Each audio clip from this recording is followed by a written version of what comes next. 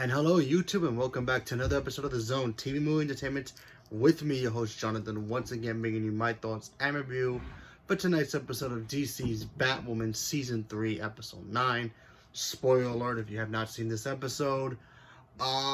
So, in the attempts of, Batwoman and the team trying to track down Mary, and also now Montoya, who's just released Poison Ivy back into Gotham City, the team scrambles to try to find them. While that's happening, you have Poison Ivy still struggling to, get her, her mojo back, if you will.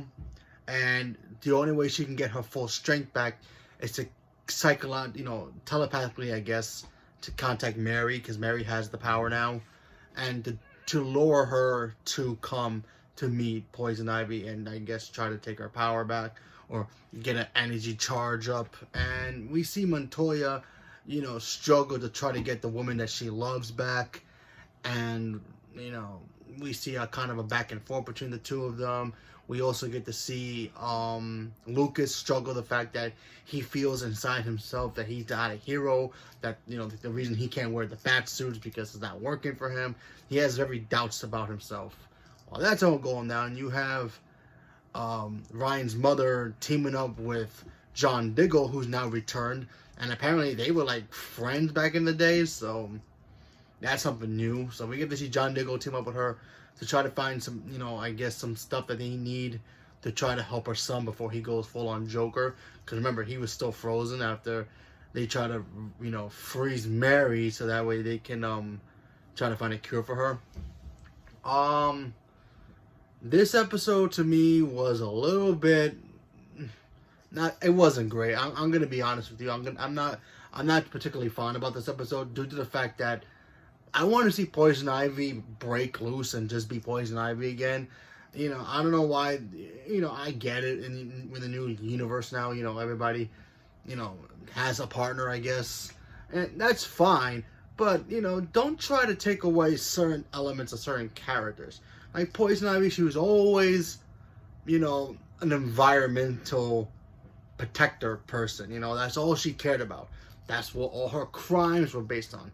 If a company was throwing pollution and poisoning plants, she flips out and she will go after them.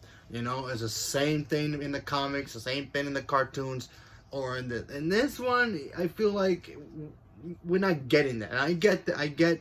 She doesn't have her powers yet. She doesn't have the mojo to do anything. I get that, but I just sense that the whole her and Montoya being together is starting to distract her a little bit. I'm not too sure. Maybe it'll change next week. I'm just saying for this episode, I felt like I'm not watching Poison Ivy. I feel like I'm watching a sitcom of just two people falling in love and trying to just get along with each other. One has a very bad reputation while the other one's a cop. And in the comics and even in the cartoons, Montoya was a very different character. Not that she's not a good character now, it's just that I kind of prefer her in the comics, and how she was always about with the law first, everything else later. But I guess they wanted to change some stuff. Fine, whatever. And my really big complaint about here, because that was just minor stuff. That can be fixed until next week's episode for all we know. Because at the end, she gets back, she finds Mary, and the two of them share a moment, so she starts getting energized, so maybe we'll get the Poison Ivy we want. But my big problem here is the fact that John Diggle's back. Love John Diggle. Always have, always will. Still love the Arrow. Arrow's still the best show in the Arrowverse, period. Now that Supergirl's dead.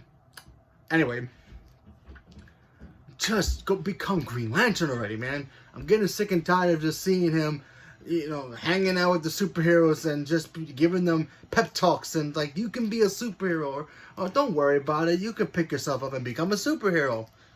And he gives Lucas the box apparently that had the Green Lantern ring, and I'm like, will you just put it on? Even he had to tell him, maybe it's the box won't open because it's something in you. Listen, we all want him to be Green Lantern. We all want him to be Green Lantern for the Arrowverse. Is it going to happen? At this point, I don't even know. There's some rumors that he's going to lead a new show, where he's going to lead a new super team, or a new Justice League team, or something. I just don't know. But come on. Let's just get with the program already. Either you tease us or you don't do it at all, or just abandon it altogether. Because honestly, I feel like you're wasting us, the audience's time, and the actor who plays John Diggle, his time as well. I mean, I don't think he wants to continue just being the guy who just talks to people and just like, you can be a superhero too. Just put on a costume and you can be a superhero. I don't think he wants to do that. I think he wants to be Green Lantern. We all want him to be Green Lantern. So, CW, hurry up. So, leave me a comment below. Let me know what you guys thought about this episode. Because like I said, not my favorite of all the Batwoman episodes. We barely even got to see Batwoman in this episode. She suited up one time, and that was towards the end. She had basically fought Poison Ivy in just plant form. But, you know, whatever. We'll see what happens next week. So leave me a comment below. Let me know. Thank you very much, and have a good night.